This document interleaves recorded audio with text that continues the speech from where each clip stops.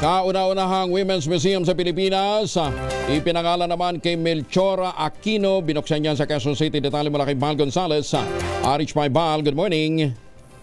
Good morning, Kuya Angel. Kasabay ng ika-213 taon ng kapanganakan ni Tandang Sora ay binuksan ng isang Women's Museum na kauna-unahang museum sa bansa na para sa mga kababaihan. Ang museo na matatagpuan sa Tandang Sora Shrine, ang mismong lugar ng bahay at kung saan isinilang si Melchora Aquino na mas kilala bilang Tandang Sora. Pinangunahan ni Quezon City Mayor Joy Belmonte, Vice Mayor Gian Soto, Curator Sandra Torrio Sr. at iba pang opisyal ang soft opening ng museo na naglalaman ng mga kwento ng mga natatanging kababaihan ng kasaysayan na lumaban para sa mga karapatang pantao.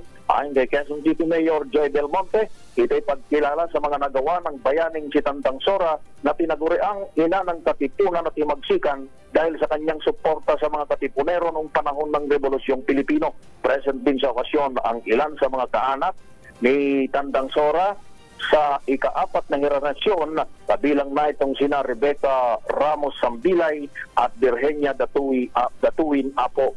At ang museo ay bukas Martes hanggang araw ng Linggo mula alas 9 hanggang alas 5 ng hapon. Ako si Val Gonzales, BCR Una sa Pilipinas, una sa Pilipino. Maraming salamat, Val.